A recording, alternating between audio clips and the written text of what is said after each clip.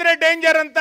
₹1 ಅನುದಾನವನ್ನ ಅಭಿವೃದ್ಧಿ ಚಟುವಟಿಕೆಗೋಸ್ಕರ ಕಾಂಗ್ರೆಸ್ ಸರ್ಕಾರ ಕೊಡ್ಲಿಲ್ಲ.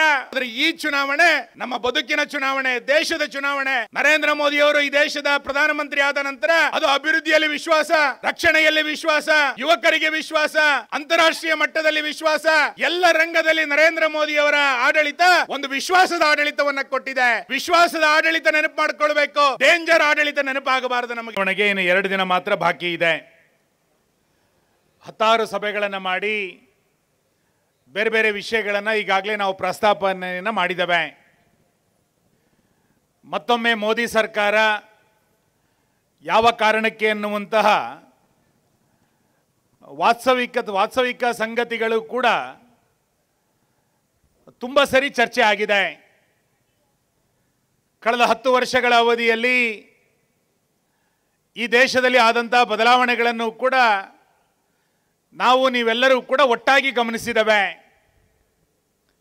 2004ರಿಂದ 2014ರ ತನಕದ ಕಾಂಗ್ರೆಸ್ ನೇತೃತ್ವದ ಸರ್ಕಾರ, 2014ರಿಂದ 24ರವರೆಗಿನ ನರೇಂದ್ರ ಮೋದಿ ಅವರ ನೇತೃತ್ವದ ಬಿಜೆಪಿಯ ಸರ್ಕಾರದ ಹಲವು ಯೋಜನೆಗಳು ಭಾರತವನ್ನು ಯಾವ ರೀತಿ ಬದಲಾವಣೆ ಮಾಡಿದೆ ಎನ್ನುವಂಥದ್ದು ಕೂಡ ನಮಗೆಲ್ಲರೂ ಕೂಡ ಗೊತ್ತೇ ಇದೆ. ಒಂದೊಂದು ಯೋಜನೆಗಳು ಕೂಡ ದೊಡ್ಡ ದೊಡ್ಡ ಬದಲಾವಣೆಯನ್ನು ಇವತ್ತು ಮಾಡಿದೆ. ಭಾಷಣ ಮಾಡುವಂಥ ಎಲ್ಲ ಜನ ಉಲ್ಲೇಖ ಮಾಡಿದರು. ಉಜ್ವಲ ಗ್ಯಾಸಿನಿಂದ ಆರಂಭವಾಗಿ ಇವತ್ತು ನಮ್ಮ ಮನೆಯ ಬಾಗಿಲಲ್ಲಿ ನಡೀತಾ ಇರುವಂತಹ ಪೈಪ್ಲೈನಿನ ಕೆಲಸ ಕಾರ್ಯಗಳು,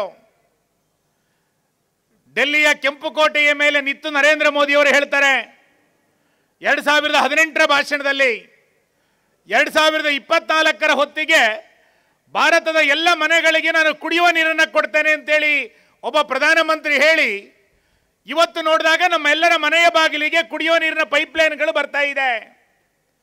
ಎಷ್ಟು ದೊಡ್ಡ ಪ್ರಮಾಣದ ಯೋಜನೆಯನ್ನು ಇಡೀ ದೇಶದಲ್ಲಿ ನರೇಂದ್ರ ಮೋದಿ ಅವರು ಕೊಟ್ಟಿದ್ದಾರೆ ಅಂತ ನಾವು ಗಮನಿಸ್ತಾ ಇದ್ದೇವೆ. ಅಭಿವೃದ್ಧಿಯ ವಿಷಯದಲ್ಲಿ ಯಾವುದೇ ರೀತಿಯಾದಂಥ ಕೊರತೆಗಳು ನಮ್ಮ ದೇಶದಲ್ಲಿ ಆಗಲಿಲ್ಲ ಈ 10 ವರ್ಷದ ಆಡಳಿತದಲ್ಲಿ. ಆದರೆ ಇವತ್ತು ಕರ್ನಾಟಕದಲ್ಲಿ ನಡೀತಾ ಇರುವಂತಹ ಬೆಳವಣಿಗೆಗಳೇನು?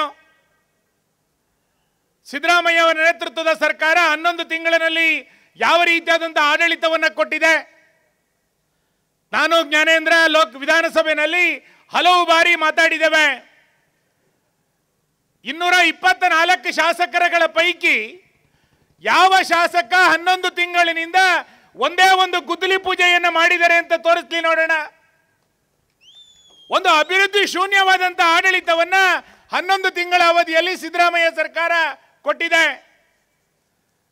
ಕಳೆದ 5 ವರ್ಷಗಳ ಅವಧಿಯಲ್ಲಿ ಬಿಜೆಪಿ ಸರ್ಕಾರ ಇದ್ದಾಗ ಕಾರ್ಕಳ ಸೇರಿದಂತೆ ಇಡೀ ರಾಜ್ಯದಲ್ಲಿ ಆದಂತ ಅಭಿವೃದ್ಧಿಯ ಚಟುವಟಿಕೆಗಳನ್ನು ಒಂದ್ಸರಿ ನೆನಪು ಮಾಡ್ಕೊಳ್ಳಿ. ಈ 11 ತಿಂಗಳಿನಲ್ಲಿ ₹1 ಅನುದಾನವನ್ನು ಅಭಿವೃದ್ಧಿಯ ಚಟುವಟಿಕೆಗೋಸ್ಕರ ಸಿದ್ದರಾಮಯ್ಯ ಅವರ ನೇತೃತ್ವದ ಕಾಂಗ್ರೆಸ್ ಸರ್ಕಾರ ಕೊಡಲಿಲ್ಲ. ಬಿಜೆಪಿ ಶಾಸಕರಿಗೆ ಬಿಡಿ, ಕಾಂಗ್ರೆಸ್ಸಿನ ಶಾಸಕರು ಕೂಡ ಒಂದು ಗುದ್ದಲಿ ಪೂಜೆಯನ್ನು ಮಾಡಲಿಕ್ಕಾಗಲಿಲ್ಲ. ಅಭಿವೃದ್ಧಿ ಎನ್ನುವಂಥದ್ದು 1 ವರ್ಷದಲ್ಲಿ ಕನಸಾಗುಳಿತು. ಕೇವಲ ಗ್ಯಾರಂಟಿ ಯೋಜನೆಗಳು ಅಂತೇಳಿ ಸರ್ಕಾರ ಬಹಳ ದೊಡ್ಡ ಪ್ರಮಾಣದಲ್ಲಿ ಭಾಷಣಗಳನ್ನು ಮಾಡ್ತಾ ಇದೆ. ನಾವು ಗ್ಯಾರಂಟಿಯನ್ನ ಟೀಕೆ ಮಾಡೋದಿಲ್ಲ. ಯಾವುದೇ ಯೋಜನೆಗಳನ್ನ ಜನರಿಗೆ ಕೊಡ್ಲಿ ಸರ್ಕಾರಗಳು, ನಾವು ಬೇಡ ಅಂತ ಹೇಳಲೇ ಇಲ್ಲ. ಆದರೆ ಈ ಸರ್ಕಾರ ಮಾಡಿದಂತ ಮೋಸ ಏನು ಅಂತ ಹೇಳಿದ್ರೆ, ಬಿಜೆಪಿ ಸರ್ಕಾರದ 16 ಯೋಜನೆಗಳನ್ನು ರದ್ದು ಮಾಡಿ ಯಾವುದೋ ಒಂದು ಯೋಜನೆಯನ್ನ ಕೊಡ್ತಾ ಇದ್ದಾರೆ. ನಮ್ಮ ಸರ್ಕಾರ ಕೃಷಿ ಸಮ್ಮಾನ್ ಯೋಜನೆ ಅಡಿನಲ್ಲಿ ವರ್ಷಕ್ಕೆ ರಾಜ್ಯ ಸರ್ಕಾರ ₹4,000 ಕೊಡ್ತಾ ಇತ್ತು. ಈ ಸರ್ಕಾರ ರದ್ದು ಮಾಡಿತು. ಭಾಗ್ಯಲಕ್ಷ್ಮಿ ಯೋಜನೆ ರದ್ದಾಯಿತು. ಶಾಲೆಗೆ ಹೋಗುವಂತ ಮಕ್ಕಳ ಸೈಕಲ್ ಯೋಜನೆ ರದ್ದಾಯಿತು. ₹20 ಸಿಗ್ತಾ ಇದ್ದಂತ RTC ಇವತ್ತು ₹100. ಜನನ ಮರಣಗಳ ಪತ್ರವನ್ನು ತೆಗೆದುಕೊಳ್ಳಬೇಕು ಅಂದ್ರೆ ₹200 ಕೊಡಬೇಕು. ರೈತ ವಿದ್ಯಾನಿಧಿ ಯೋಜನೆಯನ್ನು ರದ್ದು ಮಾಡಿದ್ರು. ಹಾಸ್ಟೆಲ್ಗೆ ಹೋಗ್ತಾ ಇದ್ದಂತ ಮಕ್ಕಳಿಗೆ ₹1,200 ಕೊಡ್ತಾ ಇದ್ದಂತ ವಿದ್ಯಾಸಿರಿ ಯೋಜನೆ ರದ್ದಾಯಿತು. ಎಲ್ಲ ಯೋಜನೆಗಳನ್ನು ರದ್ದು ಮಾಡಿ ಯಾವುದೋ ಒಂದು ಯೋಜನೆಯನ್ನ ಕೊಡ್ತೀವಿ ಅಂತ ಸರ್ಕಾರ ಹೇಳಲಿಕ್ಕೆ ಹೊರಟಿದೆ. ಇದರ ಬಗ್ಗೆ ಬಹಳ ಎಚ್ಚರಿಕೆಯನ್ನು ವಹಿಸಿಕೊಳ್ಬೇಕು ನಾವು. ಈ ಚುನಾವಣೆ ದೇಶದ ಚುನಾವಣೆ. ಇದು ನಮ್ಮೆಲ್ಲರ ಬದುಕಿನ ಚುನಾವಣೆ ಇದು. ಕಳೆದ 11 ತಿಂಗಳಲ್ಲಿ ನಡೀತಾ ಇರುವಂತಹ ಬೆಳವಣಿಗೆಗಳನ್ನ ದಯಮಾಡಿ ಭಾಗದ ಜನ ನೀವು ಅರ್ಥ ಮಾಡ್ಕೊಂಡಿದ್ದೀರಿ ಅಂತ ಅನ್ಕೊಳ್ತೇನೆ. ನಾವು ಬಿಜೆಪಿ ರಾಜ್ಯದಲ್ಲಿ ಹೇಳ್ತಾ ಇದ್ದೇವೆ, ಕಾಂಗ್ರೆಸ್ ಅಂತಂದ್ರೆ ಅದು ಡೇಂಜರ್. ಕಾಂಗ್ರೆಸ್ ಅಂದ್ರೆ ನಾವು ಅತ್ಯಂತ ಗಟ್ಟಿಯಾಗಿ ಹೇಳ್ತಾ ಇದ್ದೇವೆ, ಕಾಂಗ್ರೆಸ್ ಅಂದ್ರೆ ಡೇಂಜರ್ ಅಂತ. ಯಾಕೆ? ವಿಧಾನಸೌಧದ ಒಳಗೆ ಪಾಕಿಸ್ತಾನ್ ಜಿಂದಾಬಾದ್ ಅಂತೇಳಿ ಘೋಷಣೆ ಕೂಗಿ 4 ದಿನ ಆದರೂ ಕೂಡ FIR ಅನ್ನು ಹಾಕೋದಿಲ್ಲ ಅಂತಂದ್ರೆ ಈ ಕಾಂಗ್ರೆಸ್ ಅನ್ನ ಏನಂತ ಕರಿಬೇಕು? ಯಾವುದೋ ಕಾಶ್ಮೀರದಲ್ಲಿ ಪಾಕಿಸ್ತಾನ್ ಜಿಂದಾಬಾದ್ ಘೋಷಣೆ ಕೇಳ್ತಾ ಇದ್ವಿ, ನರೇಂದ್ರ ಮೋದಿ ಅವರ ಸರ್ಕಾರ ಬಂದ ನಂತರ ಅದು ನಿಲ್ತು. ಇವತ್ತು ವಿಧಾನಸೌಧದ ಒಳಗೆ ಪಾಕಿಸ್ತಾನ್ ಜಿಂದಾಬಾದ್ ಘೋಷಣೆ ಕೂಗ್ತಾರೆ, ಕಾಂಗ್ರೆಸ್ ಇವತ್ತು ಮೌನ ವಹಿಸುತ್ತೆ. ನಾವು ಒತ್ತಾಯ ಮಾಡುವ ತನಕ FIR ಹಾಕೋದಿಲ್ಲ. ಮಂಗಳೂರಿನ ಕುಕ್ಕರ್ ಬಾಂಬ್ ಬ್ಲಾಸ್ಟ್ ಆಯ್ತು. ಆ ಕುಕ್ಕರ್ ಬಾಂಬ್ ಬ್ಲಾಸ್ಟಿನ ಆರೋಪಿಯನ್ನ ಕಾಂಗ್ರೆಸ್ಸಿನ ಅಧ್ಯಕ್ಷ DK ಶಿವಕುಮಾರ್ ಹೇಳ್ತಾರೆ ಆತ ಒಬ್ಬ ಅಮಾಯಕ ಅಂತ. ಕುಕ್ಕರ್ ಬಾಂಬ್ ಬ್ಲಾಸ್ಟ್ ಆದಂತ ವ್ಯಕ್ತಿಯನ್ನ ಅಮಾಯಕ ಅಂತ ಹೇಳಿ ಕರೀತಾರೆ ಅಂತಂದ್ರೆ ಈ ಕಾಂಗ್ರೆಸ್ ಅನ್ನ ಏನಂತ ಕರಿಬೇಕು ಬಂಧುಗಳೇ? ಈ ಕಾಂಗ್ರೆಸ್ ಅನ್ನ ಏನಂತ ಕರಿಬೇಕಾಗಾದ್ರೆ? ನಿನ್ನೆ ನೇಹ ಹತ್ಯೆ ಆಯ್ತು. ಲವ್ ಜಿಹಾದಿಗೆ ಒಳಗಾದಂತ ಯುವತಿ ನಾನು ಲವ್ ಮಾಡೋದಿಲ್ಲ ಅಂತ ಹೇಳಿದಾಗ ಕಾಲೇಜ್ ಕ್ಯಾಂಪಸ್ಸಿನ ಒಳಗೆ ಬಂದು 9 ಬಾರಿ ಚೂರಿನಲ್ಲಿ ಚುಚ್ಚಿ ಸಾಯಿಸ್ತಾರೆ. CCTVನಲ್ಲಿ ನೋಡಿದ್ವಿ ನಾವು. ಕುಟುಂಬಕ್ಕೆ ಸಾಂತ್ವನ ಹೇಳಬೇಕಾದಂತ ಮುಖ್ಯಮಂತ್ರಿ ಇದು ವೈಯಕ್ತಿಕ ಗಲಾಟೆ ಅಂತ ಹೇಳ್ತಾರೆ. ಹೆಣ್ಣು ಮಕ್ಕಳ ಜೀವಕ್ಕೆ ಬೆಲೆಯನ್ನ ಕೊಡದಲೇ ಇರುವಂತ ಕಾಂಗ್ರೆಸ್ ಅನ್ನ ಏನಂತ ಕರೆಯೋಣ ಹಾಗಾದ್ರೆ? ಹನುಮಾನ್ ಚಾಲೀಸ್ ಹೇಳಿದಂತ ಅಂಗಡಿಯ ಮಾಲೀಕರನ್ನ ಅಂಗಡಿಯಿಂದ ಹೊರಗೆ ಎಳೆದು ಹೊಡಿತಾರೆ ಅಂತಂದ್ರೆ ಯುವಕರ ಪಾಲಿಗೆ ಸರ್ಕಾರ ಇದೆ ಅಂತ ಅನ್ಸುತ್ತಾ? DJ ಹಳ್ಳಿ KG ಹಳ್ಳಿ ಗಲಾಟೆಗೆ ಮಾಡಿದಂತ ಪೊಲೀಸ್ ಸ್ಟೇಷನ್ಗೆ ಬೆಂಕಿ ಇಟ್ಟಂತ ಆರೋಪಿಗಳನ್ನ ಇವರೆಲ್ಲರನ್ನು ಕೂಡ ಅಮಾಯಕರು ಅಂತ ಕರೀತಾರೆ. ಪೊಲೀಸ್ ಸ್ಟೇಷನ್ಗೆ ಬೆಂಕಿ ಇಟ್ಟಂತವ್ರು ಅಮಾಯಕರು ಅಂತ ಅನ್ನಿಸ್ತಾರೆ. ಬಾಂಬ್ ಇಟ್ಕೊಂಡು ಬಂದಂತವ್ರು ಬ್ರದರ್ಸ್ ಅಂತ ಕರೀತಾರೆ. ಕಾಂಗ್ರೆಸ್ಸಿಗೆ ಯಾರು ಪ್ರಿಯ ಹಾಗಾದ್ರೆ? ಇವತ್ತು ಅರ್ಥ ಮಾಡ್ಕೊಳ್ಬೇಕಲ್ಲ, ಯಾರು ಇದು ಬದುಕಿನ ಚುನಾವಣೆ ಇದು. ಯಾರ ಬಗ್ಗೆ ಕಾಂಗ್ರೆಸ್ ಇವತ್ತು ಒಲವನ್ನು ವ್ಯಕ್ತ ಮಾಡ್ತಾ ಇದೆ? ಶಿವಮೊಗ್ಗದ ಘಟನೆ ಆದಾಗ ಗೃಹ ಸಚಿವರು ಇದೊಂದು ಸಣ್ಣ ಘಟನೆ ಅಂತ ಕರೀತಾರೆ. ಮಂಡ್ಯದಲ್ಲಿ ಹನುಮಾನ್ ಧ್ವಜ ಹಾರಿಸಲಿಕ್ಕೆ ಹೋದಾಗ ಸರ್ಕಾರ ಬಿಡೋದಿಲ್ಲ. ಕಾರಸೇವಕರ ಬಂಧನಗಳಾಗತ್ತೆ. ನಾನು ಇಲ್ಲಿ ಇರುವಂತಹ ಕಾಂಗ್ರೆಸ್ಸಿಗರಿಗೆ ಹೇಳ್ತೇನೆ, ಅಯೋಧ್ಯೆ ರಾಮ ಮಂದಿರದ ಉದ್ಘಾಟನೆಗೆ ನಾನು ಬರೋದಿಲ್ಲ ಅಂತೇಳಿ ಅಧಿಕೃತವಾಗಿ ಹೇಳಿದಂತ ರಾಜಕೀಯ ಪಾರ್ಟಿ ಯಾವುದು ಅಂತ ಕೇಳಿದ್ರೆ ಕಾಂಗ್ರೆಸ್. ರಾಮ ಮಂದಿರದ ಉದ್ಘಾಟನೆಗೆ ಬರೋದಿಲ್ಲ ಅಂತ ಹೇಳುವಂತ ಕಾಂಗ್ರೆಸ್ ಅನ್ನ ಡೇಂಜರ್ ಅಂತ ಕರೀದಲೆ ಇನ್ನೇನಂತ ಕರಿಬೇಕಾಗಾದ್ರೆ? ಮಹಿಳೆಯರಿಗೆ ರಕ್ಷಣೆಗೆ ಕಾಂಗ್ರೆಸ್ ಬರೋದಿಲ್ಲ, ಯುವಕರ ರಕ್ಷಣೆಗೆ ಕಾಂಗ್ರೆಸ್ ಬರೋದಿಲ್ಲ. ಅಖಂಡ ಶ್ರೀನಿವಾಸ ಮೂರ್ತಿ ದಲಿತ ಶಾಸಕ, ಕಾಂಗ್ರೆಸ್ಸಿನ ದಲಿತ ಶಾಸಕ, ಆತನ ಮನೆಗೆ ಬೆಂಕಿ ಇಟ್ಟಾಗ ದಲಿತ ಶಾಸಕನ ಪರವಾಗಿ ಕಾಂಗ್ರೆಸ್ ಮಾತಾಡಲಿಲ್ಲ, ಬದಲಾಗಿ ಮುಸಲ್ಮಾನರ ಪರವಾಗಿ ಮಾತಾಡ್ತು. ದಲಿತ ಶಾಸಕನ ಪರವಾಗಿ ಮಾತಾಡದಲೇ ಇರುವಂತ ಕಾಂಗ್ರೆಸ್ನ ಡೇಂಜರ್ ಅಂತ ಕರೀದಲೇ ಬೇರೆ ಏನು ಶಬ್ದ ಬಳಸಲೇಣ? ಈ ಚುನಾವಣೆ ರಾಷ್ಟ್ರಭಕ್ತರು ಮತ್ತು ಡೇಂಜರ್ಗಳ ನಡೆಯುವಂತ ಚುನಾವಣೆ ಇದು. ಬಿಜೆಪಿ ಇವತ್ತು ರಾಷ್ಟ್ರವನ್ನ ಕಟ್ಟಲಿಕ್ಕೆ ಹೊರಟಿರೋದು. ಕಾಂಗ್ರೆಸ್ ಇವತ್ತು ಎಲ್ಲ ವಿಭಾಗಗಳಲ್ಲಿ ಎಲ್ಲರಿಗೂ ಕೂಡ ಭಯವನ್ನು ನಿರ್ಮಾಣ ಮಾಡುವಂತ ಕಾರ್ಯಕ್ಕೆ ಹೊರಟಿದ್ದಾರೆ ಇವತ್ತು. ಈ ಹಿನ್ನೆಲೆಯಲ್ಲಿ ನಾವು ಇವತ್ತು ಅರ್ಥ ಮಾಡ್ಕೊಳ್ಬೇಕು, ಕಾಂಗ್ರೆಸ್ಸಿನ ನಾಯಕರು ಯಾರಿಗೋ ಬೆದರಿಕೆ ಹಾಕಿದ್ರು, ಆಗ ಹಾಕಿದ್ರು, ಈಗ ಹಾಕಿದ್ರು ಅಂತ ಚರ್ಚೆಗಳು ನಡೀತಾ ಇದೆ. ನಾನು ಕಾಂಗ್ರೆಸ್ಸಿಗರಿಗೂ ಕೂಡ ಹೇಳ್ತಾನೆ, ನಿಮ್ಮ ಮನೆಗೆ ನಾಡಿದ ಮುಸಲ್ಮಾನರು ಬಂದು ದಾಳಿ ಮಾಡಿದ್ರೆ ಹಿಂದೂ ಕಾಂಗ್ರೆಸ್ಸಿನ ಕಾರ್ಯಕರ್ತರನ್ನು ಕೂಡ ಕಾಂಗ್ರೆಸ್ ಬೆಂಬಲಿಸೋದಿಲ್ಲ. ಅಖಂಡ ಶ್ರೀನಿವಾಸ ಮೂರ್ತಿಯನ್ನ ಕಾಂಗ್ರೆಸ್ ಬೆಂಬಲಿಸಲಿಲ್ಲ. ಕಾಂಗ್ರೆಸ್ಸಿನ ಕಾರ್ಪೊರೇಟರ್ ಇರಾಮೇಟ್ ಕಾಂಗ್ರೆಸ್ ಬೆಂಬಲಿಸಲಿಲ್ಲ, ಮುಸಲ್ಮಾನರನ್ನೇ ಬೆಂಬಲಿಸಿದ್ದು. ನಿಮ್ಮ ರಕ್ಷಣೆಗೆ ಕಾಂಗ್ರೆಸ್ ಬರಲೇ ಇಲ್ಲ. ಕಾಂಗ್ರೆಸ್ನಲ್ಲಿರುವಂತಹ ಹಿಂದೂಗಳಿಗೂ ಅನ್ಯಾಯ ಆದ್ರೆ ಬಿಜೆಪಿಯ ರಕ್ಷಣೆಗೆ ಬರಬೇಕು, ಕಾಂಗ್ರೆಸ್ ಬರೋದಿಲ್ಲ. ಇಂಥ ಡೇಂಜರ್ ಪಾರ್ಟಿಯ ಜೊತೆಗೆ ಯಾಕಿರ್ತೀರಿ? ಇಂಥ ಡೇಂಜರ್ ಆಲೋಚನೆ ಇರುವಂತ ಕಾಂಗ್ರೆಸ್ಸಿನ ಜೊತೆಗೆ ಯಾಕೆ ಚುನಾವಣೆ?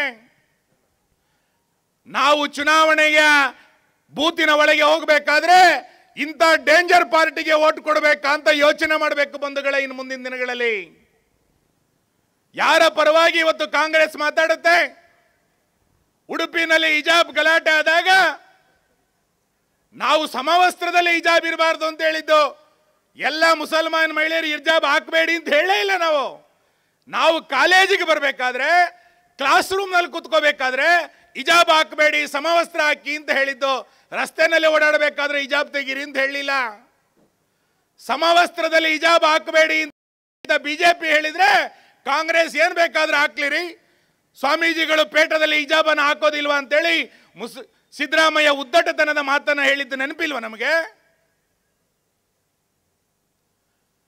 ಅಂದ್ರೆ ಈ ರೀತಿಯಾದಂತ ಒಟ್ಟು ವಾತಾವರಣ ಇಡೀ ರಾಜ್ಯದಲ್ಲಿ ನಿರ್ಮಾಣ ಆಗಿರುವಂತಹ ಸಂದರ್ಭದಲ್ಲಿ ಉಡುಪಿಯ ಕಾಲೇಜಿನಲ್ಲಿ ಶೌಚಾಲಯದಲ್ಲಿ ಕ್ಯಾಮ್ರಾ ಇಟ್ಟದ್ರ ಬಗ್ಗೆ ತನಿಖೆಯನ್ನು ಮಾಡಲಿಕ್ಕೆ ಕಾಂಗ್ರೆಸ್ ತಯಾರಿಲ್ಲ ಅಂತಂದ್ರೆ ಈ ಪಾರ್ಟಿಗೆ ಏನಂತ ಕರೆಯೋಣ ನಾವು? ಹಾಗಾದ್ರೆ ಸಿದ್ದರಾಮಯ್ಯ ಮುಖ್ಯಮಂತ್ರಿ ಆಗಿದ್ದಾಗ ಆ 5 ವರ್ಷಗಳ ಅವಧಿಯಲ್ಲಿ 18 ಜನ ಹಿಂದೂ ಕಾರ್ಯಕರ್ತರ ಹತ್ಯೆ ಆಯಿತು. ಟಿಪ್ಪು ಜಯಂತಿ ಹೆಸರಿನಲ್ಲಿ ಗಲಾಟೆಗಳಾಯಿತು. ಈಗ ಮತ್ತೊಮ್ಮೆ ಅದೇ ರೀತಿಯಾದಂತಹ ವಾತಾವರಣ ನಡೀತಾ ಇದೆ. ಇದರ ಬಗ್ಗೆ ಇವತ್ತು ಆಲೋಚನೆಯನ್ನು ಮಾಡಬೇಕಾದಂತ ಅನಿವಾರ್ಯತೆ ಇದೆ ಅಂತ ನಾನು ಅನ್ಕೊಳ್ತೇನೆ. ಆ ಹಿನ್ನೆಲೆಯಲ್ಲಿ ನರೇಂದ್ರ ಮೋದಿಯವರು ಈ ದೇಶಕ್ಕೆ ಯಾವ ರೀತಿಯಾದಂತಹ ಭದ್ರತೆಯನ್ನು ಕೊಟ್ಟಿದ್ದಾರೆ, ನರೇಂದ್ರ ಮೋದಿಯವರು ಈ ದೇಶದ ಪ್ರಧಾನಮಂತ್ರಿ ಆದ ನಂತರ ಯಾವ ರೀತಿಯಾದಂತಹ ವಿಶ್ವಾಸದ ದಿನಗಳು ಪ್ರಾರಂಭ ಆಯಿತು. ಅದು ಅಭಿವೃದ್ಧಿಯಲ್ಲಿ ವಿಶ್ವಾಸ, ರಕ್ಷಣೆಯಲ್ಲಿ ವಿಶ್ವಾಸ, ಯುವಕರಿಗೆ ವಿಶ್ವಾಸ, ಅಂತಾರಾಷ್ಟ್ರೀಯ ಮಟ್ಟದಲ್ಲಿ ವಿಶ್ವಾಸ, ಎಲ್ಲ ರಂಗದಲ್ಲಿ ನರೇಂದ್ರ ಮೋದಿಯವರ ಆಡಳಿತ ಒಂದು ವಿಶ್ವಾಸದ ಆಡಳಿತವನ್ನು ಕೊಟ್ಟಿದೆ. ವಿಶ್ವಾಸದ ಆಡಳಿತ ನೆನಪು ಮಾಡಿಕೊಳ್ಬೇಕು, ಡೇಂಜರ್ ಆಡಳಿತ ನೆನಪಾಗಬಾರದು ನಮಗೆ. ನಾನು ಕಾರ್ಯಕರ್ತರಿಗೆ, ಜನರಿಗೆ ಮತ್ತೆ ಮತ್ತೆ ವಿನಂತಿ ಮಾಡ್ತೇನೆ, ಕಾಂಗ್ರೆಸ್ ಇವತ್ತೊಂದು ರಾಜಕೀಯ ಪಾರ್ಟಿಯಾಗಿ ಉಳಿದಿಲ್ಲ, ಕಾಂಗ್ರೆಸ್ ಇವತ್ತೊಂದು ಡೇಂಜರ್ ಭಾಗವಾಗಿ ಉಳ್ಕೊಂಡಿದೆ. ಆ ಡೇಂಜರ್ ಮನಸ್ಥಿತಿಯನ್ನ ತಿರಸ್ಕರಿಸುವಂತ ಹಂತಕ್ಕೆ ನಾವೆಲ್ಲರೂ ಕೂಡ ಇವತ್ತು ಹೊರಡಬೇಕಾಗಿದೆ. ಇನ್ನು 2 ದಿನ ಮಾತ್ರ ಚುನಾವಣೆಗೆ ಬಾಕಿ. ಬಹಳ ದೊಡ್ಡ ದೊಡ್ಡ ಭಾಷಣವನ್ನ ಮೊನ್ನೆ ಕಾಂಗ್ರೆಸ್ಸಿನ ನಾಯಕರೆಲ್ಲ ಮಾತಾಡೋಗಿದ್ದಾರೆ. ನಾನು ಎಲ್ಲದಕ್ಕೂ ಉತ್ತರ ಕೊಡೋದಿಲ್ಲ. ಡಿಮುಡ್ ಫಾರೆಸ್ಟಿನ ಸಮಸ್ಯೆ ಇದ್ದಾಗ ಯಾವ ಸರ್ಕಾರ ಪರಿಹಾರ ಮಾಡಿದ್ದು? ಕಾಂಗ್ರೆಸ್ಸಿನ 10 ವರ್ಷಗಳ ಆಡಳಿತದಲ್ಲಿ ಡಿಮುಡ್ ಸಮಸ್ಯೆ ಪರಿಹಾರ ಆಗಲೇ ಇಲ್ಲ. ಆ ಡಿಮುಡ್ ಫಾರೆಸ್ಟಿನ ಸಮಸ್ಯೆಗೆ ಪರಿಹಾರವನ್ನು ಹುಡುಕಿ ಯಾರ್ಯಾರು ಸರ್ಕಾರಿ ಜಾಗಗಳಲ್ಲಿ ಮನೆ ಕಟ್ಟಿಕೊಳ್ತಿದ್ರೋ ಅಂತವರಿಗೆ ಹಕ್ಕುಪತ್ರವನ್ನು ಕೊಟ್ಟಿದ್ದು ಯಾರು ಅಂತ ಕೇಳಿದ್ರೆ ಬಿಜೆಪಿ ಆಡಳಿತದಲ್ಲಿ ನಾವು ಕೊಟ್ಟಿದ್ದು, ಕಾಂಗ್ರೆಸ್ ಕೊಡ್ಲಿಲ್ಲ. ಇಡೀ ಕಾರ್ಕಳದ ಅಭಿವೃದ್ಧಿ ಚಟುವಟಿಕೆಗಳು ಯಾವ ರೀತಿ ನಡೀತು? ಹೆಬ್ರಿ ತಾಲೂಕು ರಚನೆ ಆದ ನಂತರ ಆ ತಾಲೂಕಿನಾದಂತಹ ಅಭಿವೃದ್ಧಿಯ ಕಾರ್ಯಗಳು ಎಷ್ಟು ನಡೀತು? ನಾವು 4 ವರ್ಷದಲ್ಲಿ 5 ವರ್ಷದಲ್ಲಿ ಆದಂತಹ ಬೆಳವಣಿಗೆಗಳು, 1 ವರ್ಷದಲ್ಲಿ ಕಾಂಗ್ರೆಸ್ಸಿನ ಆಡಳಿತದಲ್ಲಿ ಒಂದಾದ್ರೂ ಅಭಿವೃದ್ಧಿ ಚಟುವಟಿಕೆಗಳಾಗಿದೆಯಾ? ಸಾರ್ವಜನಿಕ ಚರ್ಚೆ ಮಾಡೋಣ. ಆದರೆ ಈ ಚುನಾವಣೆ ನಮ್ಮ ಬದುಕಿನ ಚುನಾವಣೆ, ದೇಶದ ಚುನಾವಣೆ. ಇದನ್ನು ಅರ್ಥ ಮಾಡಿಕೊಂಡು ಈ ಚುನಾವಣೆಗೆ ನಾವೆಲ್ಲರೂ ಕೂಡ ತೆರಳೋಣ. ಕೋಟಾ ಶ್ರೀನಿವಾಸ್ ಪೂಜಾರಿ ಅವರು ನಮ್ಮ ಅಭ್ಯರ್ಥಿ. ಒಬ್ಬ ಸಾಮಾನ್ಯ ಕಾರ್ಯಕರ್ತ, ಜನಪ್ರತಿನಿಧಿ ಆಗಿದ್ದುಕೊಂಡು ಹಂತ ಹಂತವಾಗಿ ಬೆಳೀತಾ ಲೋಕಸಭಾ ಅಭ್ಯರ್ಥಿ ಆಗಿದ್ದಾರೆ. ನಾವೆಲ್ಲರೂ ಕೂಡ ಒಟ್ಟಾಗಿ ಒಂದಾಗಿ ಇವತ್ತು ಕೆಲಸ ಕಾರ್ಯಗಳನ್ನು ಮಾಡಬೇಕು. ಇರುವಂಥ 2 ದಿನದಲ್ಲಿ ನಮ್ಮ ಬೂತ್ಗಳಲ್ಲಿ ದೊಡ್ಡ ಪ್ರಮಾಣದ ಕಾರ್ಯವನ್ನು ಮಾಡೋಣ. ನಾನು ಮೊನ್ನೆ ಹೇಳಿದ್ದೆ, 400 ಸೀಟನ್ನು ನಾವು ದಾಟಬೇಕು ಅಂತಂದ್ರೆ ನಮ್ಮ ಬೂತ್ನಲ್ಲಿ ಹೆಚ್ಚು ಲೀಡ್ ಬಂದರೆ ಮಾತ್ರ 400 ಸೀಟ್ ದಾಟಲಿಕ್ಕಾಗತ್ತೆ. ನನಗೆ ಹೆಬ್ರಿಯ ಭಾಗದ ಜನರಿಗೆ ನಾನು ಮತ್ತೆ ಮತ್ತೆ ಅಭಿನಂದನೆ ಸಲ್ಲಿಸ್ತೇನೆ. ಯಾವ ಚುನಾವಣೆಯಲ್ಲಿಯೂ ಕೂಡ ಹೆಬ್ರಿ ಬಿಜೆಪಿಯನ್ನ ಹಿಂದೆ ಕಳಿಸ್ತೇ ಇಲ್ಲ. ನೀವು ಕಾಂಗ್ರೆಸ್ಗಿಂತ ಮುಂದೆನೇ ಇದ್ರಿ. ಈ ಚುನಾವಣೆಯಲ್ಲೂ ಕೂಡ ದೊಡ್ಡ ಅಂತರದಲ್ಲಿ ಬಿಜೆಪಿಗೆ ಲೀಡ್ ಹೆಬ್ರಿ ಭಾಗದಲ್ಲಿ ಸಿಗಬೇಕು. ವಿಶ್ವಾಸದ ದಿನಗಳನ್ನು ಇಟ್ಟುಕೊಂಡು ಕೆಲಸ ಮಾಡೋಣ. ಮತ್ತೊಮ್ಮೆ ಜೂನ್ 4ರ ನಂತರ ವಿಜಯೋತ್ಸವದಲ್ಲಿ ನಾವೆಲ್ಲರೂ ಕೂಡ ಭಾಗಿಗಳಾಗೋಣ ಅನ್ನುವಂಥ ವಿನಂತಿಯನ್ನು ಮಾಡಿ ನನ್ನ ಮಾತನ್ನು ಮುಗಿಸ್ತೇನೆ. ನಮಸ್ಕಾರ. ಭಾರತದ ಭವಿಷ್ಯವನ್ನು ಬರೆಯುವ ಚುನಾವಣೆ ಅಂಥೇಳಿ ಭಾರತದಲ್ಲಿ ಇವತ್ತು ಚರ್ಚೆ ಆಗುತ್ತೆ ಮುಂದಿನ ಲೋಕಸಭಾ ಚುನಾವಣೆ. ಆದರೆ ಒಬ್ಬ ಚಿಂತಕ ಒಂದು ಸಣ್ಣ ಲೇಖನವನ್ನು ಬರೀತಾನೆ. ಕೊನೆಯಲ್ಲಿ ಏನು ಹೇಳ್ತಾನೆ ಅಂದರೆ, ಭಾರತೀಯರು ಭಾರತವನ್ನು ಉಳಿಸಿಕೊಳ್ಳುವಂಥ ಚುನಾವಣೆ ಇದು ಅಂತೇಳಿ. ಭಾರತೀಯರು ಭಾರತವನ್ನು ಉಳಿಸಿಕೊಳ್ಳಬೇಕಾದ್ರೆ ಈ ಚುನಾವಣೆಯಲ್ಲಿ ಜಾಗೃತರಾಗಬೇಕು ಅಂತೇಳಿ. ಆ ಹಿನ್ನೆಲೆಯಲ್ಲಿ ನಾನು ವಿನಂತಿ ಮಾಡಲಿಕ್ಕೆ ಬಂದೆ. ಎಲ್ಲ ಹಿರಿಯರು ಮಾತಾಡ್ತಾರೆ. ಸುನಿಲ್ ಕುಮಾರ್ ಮಾತಾಡಿರ್ಬೋದು ಅಥವಾ ಮಾತಾಡಿ ಆಗಿದೆ. ಅಣ್ಣಾಮಲೆಯವರ ಮಾತುಗಳನ್ನು ನೀವು ಕೇಳಬೇಕಾಗಿದೆ. ಭಾರತೀಯ ಜನತಾ ಪಕ್ಷದಿಂದ 32 ವರ್ಷದ ಹಿಂದೆ ಗ್ರಾಮ ಪಂಚಾಯತ್ ಸದಸ್ಯನಾಗಿ ಚುನಾಯಿತ ರಾಜಕಾರಣವನ್ನು ಪ್ರಾರಂಭ ಮಾಡಿದೆ. ಅವತ್ತು ಡಾಕ್ಟರ್ ವಿ ಎಸ್ ಆಚಾರ್ಯರು ಮತ್ತು ಅವರ ತಂಡ ಎಲ್ಲ ಹಿರಿಯರೊಟ್ಟಾಗಿ ತಾಲೂಕು ಪಂಚಾಯತಿಗೆ ಜಿಲ್ಲಾ ಪಂಚಾಯತಿಗೆ ನಿಲ್ಲಬೇಕು ಅಂತ ಹೇಳಿದರು. ಎರಡರಲ್ಲೂ ಕೂಡ ಆಯ್ಕೆಯಾದೆ. ಆನಂತರ 4 ಬಾರಿ ಸ್ಥಳೀಯಾಡಳಿತ ಸಂಸ್ಥೆಯಿಂದ ನನಗೆ ಆಯ್ಕೆ ಆಗಲಿಕ್ಕೆ ಅವಕಾಶಗಳಾಯಿತು. ನಾನು MLC ಆದಾಗ ಗ್ರಾಮ ಪಂಚಾಯತ್ ಸದಸ್ಯರು ನನಗೆ ಓಟ್ ಹಾಕಿದರು. ಗ್ರಾಮ ಪಂಚಾಯತ್ ಸದಸ್ಯರು, ನಗರಸಭಾ ಸದಸ್ಯರು ನನಗೆ ಓಟ್ ಹಾಕಿದರು. ಕರ್ನಾಟಕದ ಇತಿಹಾಸದಲ್ಲಿ ಪ್ರಥಮ ಬಾರಿಗೆ ನಾನು ಬರುವವರೆಗೆ ಗ್ರಾಮ ಪಂಚಾಯತ್ ಸದಸ್ಯರಿಗೆ ಗೌರವಧನ ಅನ್ನುವಂಥ ಶಬ್ದ ಈ ಕರ್ನಾಟಕದಲ್ಲಿ ಇರಲಿಲ್ಲ. 2008ರಲ್ಲಿ ಗ್ರಾಮ ಪಂಚಾಯತ್ ಸದಸ್ಯನಾಗಿ ಪ್ರಥಮ ಬಾರಿಗೆ ಗ್ರಾಮ ಪಂಚಾಯತ್ ಸದಸ್ಯರಿಗೂ ಕೂಡ ಗೌರವಧನ ತರಬೇಕು ಅಂತ ಯೋಚನೆ ಮಾಡಿ ಅವತ್ತಿನ ಯಡಿಯೂರಪ್ಪನವರು ಆಚರಣೆ ಕರಡೋಗಿ ಗ್ರಾಮ ಪಂಚಾಯತ್ ಸದಸ್ಯರಿಗೆ ಗೌರವಧನ ಅನ್ನುವಂಥ ಶಬ್ದವನ್ನು ಬಜೆಟಲ್ಲಿ ಸೇರಿಸಿಬಿಟ್ಟೆ. 14 ವರ್ಷಗಳ ಕೆಳಗೆ 250 ರೂಪಾಯಿ ಇದ್ದಂಥ ಗೌರವಧನ ಮೊನ್ನೆವರೆಗೆ 1,000 ರೂಪಾಯಿ ಇತ್ತು. ಕಳೆದ ಚುನಾವಣೆಯಲ್ಲಿ ನಾನೊಂದು ಪೈಸವನ್ನು ಯಾರಿಗೂ ಕೊಟ್ಟಿಲ್ಲ ಮತ್ತು ಯಾರೂ ತಗೊಂಡಿಲ್ಲ ಅನ್ನುವ ಕಾರಣಕ್ಕೆ ಮುಖ್ಯಮಂತ್ರಿಗಳ ಜೊತೆ ಮಾತಾಡಿ ಕರ್ನಾಟಕ ರಾಜ್ಯದಲ್ಲಿ 93,000 ಜನ ಗ್ರಾಮ ಪಂಚಾಯತ್ ಸದಸ್ಯರಿಗೆ 1,000 ರೂಪಾಯಿ ಗೌರವಧನವನ್ನು 2,000 ರೂಪಾಯಿಗೆ ಏರಿಸಲಿಕ್ಕೆ ನಾನು ಶ್ರಮಪಟ್ಟೆ ಮತ್ತು ಅದರಲ್ಲಿ ಯಶಸ್ವಿಯಾದೆ. ಅಧ್ಯಕ್ಷರಿಗೆ ಉಪಾಧ್ಯಕ್ಷರಿಗೆ 2,000 ಇತ್ತು, 4,000 ಮಾಡಿದೆ. ಅಧ್ಯಕ್ಷರಿಗೆ 3,000 ಇತ್ತು, 6,000 ರೂಪಾಯಿ ಮಾಡಿದೆ. ಮಾಡಿದ್ದು ನಾನು ಯಾಕೆ ಹೇಳಿದೆ ಅಂದರೆ, ಶ್ರೀನಿವಾಸ ಪೂಜಾರಿ ಏನು ಮಾಡಿದ್ದೆ ಅಂತ ಯಾರು ಕೇಳಿದ್ರಂತೆ, ಗೊತ್ತಾಗಲಿ ಅಂತ ಹೇಳಿದೆ. ಕರ್ನಾಟಕ ಇಲ್ಲಿವರೆಗೆ ಹೇಳಿರಲಿಲ್ಲ. ಧಾರ್ಮಿಕ ದತ್ತಿ ಕಾಯ್ದೆಯನ್ನು ನನಗೆ ಕೊಟ್ಟಾಗ 2013ರಲ್ಲಿ ಅನೇಕರು ನನಗೆ ಹೇಳಿದರು, ಈ ಧಾರ್ಮಿಕ ದತ್ತಿ ಕಾಯ್ದೆ ತಗೊಂಡವ್ರು ಯಾರು, ಧಾರ್ಮಿಕ ದತ್ತಿ ಇಲಾಖೆ ತಗೊಂಡವ್ರು ಯಾರೂ ಉದ್ಧಾರ ಆದದಿಲ್ಲ, ಯಾರು ತಿಂದು ತಗೊಳ್ತಾರೋ ಅವ್ರು ಹಾಳಾಗಿ ಹೋಗ್ತಾರೆ ಅಂತ ಹೇಳಿದರು. ಸಹಜವಾಗಿ ಅದು ಗ್ರಾಚಾರ ಕೆಡುತ್ತೆ ಆ ಇಲಾಖೆ ತಗೊಂಡ್ರೆ ಅಂತ ಹೇಳಿದರು. ತಮಾಷೆಗೋಸ್ಕರ ನಾನು ಹೇಳಿದೆ, ಧಾರ್ಮಿಕ ದತ್ತಿ ಇಲಾಖೆ ಮುಜರಾಯಿ ಇಲಾಖೆ ತಗೊಂಡ್ರೆ ಗ್ರಾಚಾರ ಕೆಡುತ್ತೆ ಅಂತೀರಿ, ಆಕಸ್ಮಿಕ ಗ್ರಾಚಾರ ಕೆಟ್ಟವರೇ ಆ ಇಲಾಖೆ ತಗೊಂಡ್ರೆ ಏನಾಗುತ್ತೆ ಅಂತ ನೋಡುವ ಅಂತ ಹೇಳಿದೆ. ಕರ್ನಾಟಕ ರಾಜ್ಯದಲ್ಲಿ ಬಡವರಿಗೆ, ದುರ್ಬಲರಿಗೆ, ಧ್ವನಿ ಇಲ್ದಿದ್ದವರಿಗೆ, ಶ್ರೀಮಂತ ದೇವಾಲಯಕ್ಕೆ ಹಣ ಬಿಡುಗಡೆ ಮಾಡುವಂಥ ಸಂಪ್ರದಾಯವನ್ನು ಮುರಿದು ನಮ್ಮೂರಿನ ಮಾರಮ್ಮ, ನಮ್ಮೂರಿನ ಪಂಜುರ್ಲಿ, ನಮ್ಮೂರಿನ ಕಲ್ಗುಡ್ಗ, ನಮ್ಮೂರಿನ ನಾಗಬಲ, ನಮ್ಮೂರಿನ ನಾರಾಯಣ ಗುರುಗಳಿಗೆ, ಕೋಟಿ ಚೆನ್ನೈಯರಿಗೆ ಹಣ ಮಂಜೂರು ಮಾಡುವಂಥ ಕ್ರಾಂತಿಕಾರಿ ಕೆಲಸವನ್ನು ಮಾಡುವಲ್ಲಿ ಪ್ರಯತ್ನ ಪಟ್ಟೆ. ನಾನು ಅದರಲ್ಲಿ ಯಶಸ್ವಿಯಾದೆ. ದೇವಸ್ಥಾನದ ದುಡ್ಡು ಏನಾಗುತ್ತೆ ಅಂತೇಳಿ ಕೇಳಿದರು. ಕರ್ನಾಟಕ ರಾಜ್ಯದಲ್ಲಿ ಪ್ರಥಮ ಬಾರಿಗೆ ಹಿಂದೂ ಧರ್ಮದ ಅವರಾದರೆ ಸಾಕು, ಹಿಂದೂ ಧರ್ಮ ಅವ್ರು ಯಾವ ಜಾತಿ ಆಗಿರಲಿ, ಯಾವ ವರ್ಗ ಆಗಿರಲಿ, ಹಿಂದೂ ಧರ್ಮದವರಿಗೆ ಮದುವೆ ಆಗುವುದಾದರೆ ನಮ್ಮ ದೇವಸ್ಥಾನಕ್ಕೆ ಬಂದರೆ ಅವರಿಗೆ 8 ಗ್ರಾಮ್ ಚಿನ್ನ ಕೊಟ್ಟು, ಧಾರೆ ಸೀರೆ ಕೊಟ್ಟು, ಪಂಚೆ ಕೊಟ್ಟು, ಶಲ್ಯಗಳನ್ನು ಕೊಟ್ಟು, ಅವರಿಗೆ ಮಾಲೆ ಕೊಟ್ಟು, ಊಟ ಹಾಕಿ ಬ್ಯಾಂಡ್ ಮೂಲಕ ಸಂಭ್ರಮದ ಮದುವೆ ಮಾಡುವಂಥ ಸಪ್ತಪದಿ ಯೋಜನೆಯನ್ನು ಜಾರಿಗೆ ತಂದೆ ಮತ್ತು ಅದರಿಂದ ಪರಿಣಾಮಕಾರಿ ಕೆಲಸಗಳನ್ನು ಮಾಡಿದೆ. ಉಳ್ಳಾಲದಿಂದ ಪ್ರಾರಂಭವಾಗಿ ಕಾರವಾರದವರೆಗೆ 320 ಕಿಲೋಮೀಟ್ರು ಕಡಲ ಕಿನಾರೆಯಲ್ಲಿ ಹೊಸ ಯೋಜನೆಯನ್ನು ಮಾಡಿ ನಾನು ಮಂತ್ರಿಯಾಗಿ ಬರುವವರೆಗೆ ಪ್ರತಿ ವರ್ಷ 4 ಲಕ್ಷ ಟನ್ನನ್ನು ಮೀನುಗಾರಿಕೆ ಇಲಾಖೆಯಿಂದ ಹಿಡಿತಾಯಿದ್ರು. ನಾನು ಮಂತ್ರಿಯಾದ ನಂತರ ಇವತ್ತು ದಾಖಲೆ ಮಟ್ಟದಲ್ಲಿ 4 ಲಕ್ಷ ಹೋಗಿ 12 ಲಕ್ಷ ಟನ್ ಮೀನನ್ನು ಹಿಡಿಯುವಂಥ ಅನೇಕ ಯೋಜನೆಗಳನ್ನು ಜಾರಿಗೆ ತರಲಿಕ್ಕೆ ನನಗೆ ಅವಕಾಶಗಳಾಯಿತು. ಹಿಂದುಳಿದ ವರ್ಗದ ಮಂತ್ರಿಯಾಗಿ ಕೆಲಸ ಮಾಡ್ತಿರುವಾಗ ಧಾರವಾಡದಿಂದ ಒಬ್ಬ ಹುಡುಗ ಫೋನ್ ಮಾಡ್ದ, ಶ್ರೀನಿವಾಸ ಪೂಜಾರಿ ಅವರೇ ನೀವು ಮಂತ್ರಿ ಅಂತೆ, ನನಗೊಂದು ಹಾಸ್ಟೆಲ್ ಕೇಳಿದ್ರೆ ಕೊಡ್ತಾ ಇಲ್ಲ, ನೀವು ಮಂತ್ರಿ ಆದ್ದರಿಂದ ನೀವು ಒಂದು ಉಪಕಾರ ಮಾಡಬೇಕು, ನನಗೆ ಹಾಸ್ಟೆಲ್ ಕೊಡೋದು ಬೇಡ, 2 ಹೊತ್ತಿನ ಊಟ ಹಾಕಿಸಿ ನನಗೆ ಮಧ್ಯಾಹ್ನ ಮತ್ತು ರಾತ್ರಿ, ನಾನು ಬಸ್ ಸ್ಟ್ಯಾಂಡಲ್ಲಿ ಮಲಗಿ ಶಾಲೆಗೆ ಹೋಗ್ತೇನೆ ಅಂತ ಹೇಳ್ದ. ಇಂಥ ದಾರುಣ ಪರಿಸ್ಥಿತಿ ಇವತ್ತೂ ಇತ್ತು. ಹಿಂದುಳಿದ ವರ್ಗದ ಮಂತ್ರಿಯಾಗಿ ಕರ್ನಾಟಕ ರಾಜ್ಯದ 2,400 ಹಾಸ್ಟೆಲ್ಗಳನ್ನು ಸರ್ವೆ ಮಾಡಿ ಕರ್ನಾಟಕ ರಾಜ್ಯದ ಇತಿಹಾಸದಲ್ಲಿ ಒಂದೇ ದಿವಸ 26,000 ಮಕ್ಕಳನ್ನು ಹಾಸ್ಟೆಲ್ಗೆ ಒಳತಗೊಳ್ಳುವಂಥ ಕೆಲಸಗಳನ್ನು ಮಾಡಿದೆ. ನಾನು ಅದರಲ್ಲಿ ಯಶಸ್ವಿಯಾದೆ. ನಮ್ಮ ಇಲಾಖೆಯ ಮೂಲಕ ಅಗ್ನಿಪಥ ಮಾಡಬೇಕು ಅಂಥೇಳಿ, ಅಗ್ನಿವೀರರಾಗಬೇಕಂತೇಳಿ ಪ್ರಧಾನಮಂತ್ರಿ ನರೇಂದ್ರ ಮೋದಿಯವರು ಅನೇಕ ಯೋಜನೆಗಳನ್ನು ತಂದರು. ಅಗ್ನಿಪಥಕ್ಕೆ ಚಾಲನೆಯನ್ನು ಕೊಟ್ಟರು. ನಮ್ಮ ಸರ್ಕಾರದ ವತಿಯಿಂದ, ನಮ್ಮ ಇಲಾಖೆಯ ವತಿಯಿಂದ ಕರ್ನಾಟಕ ರಾಜ್ಯದಲ್ಲಿ ಪ್ರಥಮ ಬಾರಿಗೆ 3 ಪ್ರಾಯೋಗಿಕವಾದಂಥ ಸೇನಾಪೂರ್ವ ತರಬೇತಿ ಸಂಸ್ಥೆಯನ್ನು ಪ್ರಾರಂಭ ಮಾಡಿದ್ದೆ. ಮಂಗಳೂರಲ್ಲಿ ರಾಣಿ ಅಬ್ಬಕ್ಕನ ಹೆಸರಿನಲ್ಲಿ, ಉಡುಪಿಯಲ್ಲಿ ಕೋಟಿ ಚೆನ್ನೈರ ಹೆಸರಿನಲ್ಲಿ, ಉತ್ತರ ಕನ್ನಡದಲ್ಲಿ ಹೆಂಜಾನಾಯ್ಕ ಅನ್ನುವಂಥ ಸ್ವಾತಂತ್ರ್ಯ ಹೋರಾಟಗಾರನಲ್ಲಿ ಪ್ರಾರಂಭ ಮಾಡಿದೆ. 31 ಜಿಲ್ಲೆಯಲ್ಲಿ ಮಾಡಬೇಕಾಗಿತ್ತು, ನಾನು ಅಧಿಕಾರ ಆಗಿರಲಿಲ್ಲ. ಆ ಅಗ್ನಿಪಥಕ್ಕೆ ನಾನು ಮಾಡಿರುವಂಥ ಯೋಜನೆ ಇವತ್ತು ಯಾವ ಮಟ್ಟಕ್ಕೆ ಬಂದಿದೆ ಅಂತ ಹೇಳಿದರೆ, ಆ ಮಕ್ಕಳಿಗೆ 18 ವರ್ಷದಿಂದ 21 ವರ್ಷದ ವಿದ್ಯಾರ್ಥಿಗಳಿಗೆ ಅವರಿಗೆ ಊಟೋಪಚಾರಗಳನ್ನು ಕೊಟ್ಟು, ಅವರಿಗೆ ವಾಸ್ತವ್ಯ ಮತ್ತು ಹಾಸ್ಟೆಲ್ ಕೊಟ್ಟು, ಅವರಿಗೆ ವಸತಿ ಕೊಟ್ಟು, ಅವರಿಗೆ ಬಟ್ಟೆಗಳನ್ನು ಕೊಟ್ಟು, ಊಟ ಕೊಟ್ಟು, ಅವರಿಗೆ ಟ್ರೈನಿಂಗ್ ಕೊಟ್ಟೆ. ಹಿರಿಯರಿಂದ, ಸೇನಾ ಮುಖಂಡರಿಂದ ಕರೆದು. ಇವತ್ತು ಏನಾಯಿತು ಅಂದರೆ ನಿವೃತ್ತ ಸೇನಾಧಿಕಾರಿಗಳಿಂದ ಇವತ್ತು ಯಾವ ರೀತಿ ಇದೆ ಅಂತ ಹೇಳಿದ್ರೆ, 40 ಮಕ್ಕಳು ಮೊನ್ನೆ ಉಡುಪಿಯಲ್ಲಿ ಪರೀಕ್ಷೆ ಬರೆದಿದ್ದಾರೆ, 36 ಮಕ್ಕಳು ಅಗ್ನಿಪಥಕ್ಕೆ ಪಾಸಾಗಿದ್ದಾರೆ. ಹೊಸ ಯೋಚನೆಯನ್ನು ಮಾಡಿದೆ, ಹೊಸ ದಿಕ್ಕನ್ನು ಆಲೋಚನೆ ಮಾಡಿದೆ. ನಾನು ನಿಮ್ಮಲ್ಲಿ ವಿನಂತಿ ಮಾಡಲಿಕ್ಕೆ ಬಂದೆ. ಭಾರತೀಯ ಜನತಾ ಪಕ್ಷದ ಸಾಮಾನ್ಯ ಕಾರ್ಯಕರ್ತನಾಗಿ ರಾಜಕಾರಣವನ್ನು ಪ್ರಾರಂಭ ಮಾಡಿ ಪಾರ್ಟಿ ಇವತ್ತು ನನಗೆ ಸಂಸತ್ತಿಗೆ ಸ್ಪರ್ಧೆ ಮಾಡಬೇಕು ಅಂತ ಸೂಚನೆ ಕೊಟ್ಟಿತ್ತು. ವೇದಿಕೆಯಲ್ಲಿರುವಂಥ ಎಲ್ಲ ಮುಖಂಡರನ್ನ ಗೌರವದಿಂದ ನೆನಪು ಮಾಡಿಕೊಂಡು ಸಂಸತ್ತಿಗೆ ಸ್ಪರ್ಧೆ ಮಾಡೋದು ನಿನ್ನ ಜೊತೆ ನಾನಿದ್ದೇನೆ ಅಂತೇಳಿ ನಮ್ಮ ಸುನೀಲ್ ಕುಮಾರ್ ಕೂಡ ಭಾಳ ಪ್ರೀತಿಯಿಂದ ಹೇಳಿದ್ದನ್ನು ಈ ಸಂದರ್ಭದಲ್ಲಿ ನೆನಪು ಮಾಡಿಕೊಂಡು ನೀವು ಕೊಟ್ಟಿರುವಂಥ ಅವಕಾಶವನ್ನು ಬಳಸಿಕೊಂಡು ನನ್ನನ್ನು ಸಂಸದನಾಗಿ ಆಯ್ಕೆ ಮಾಡಬೇಕು.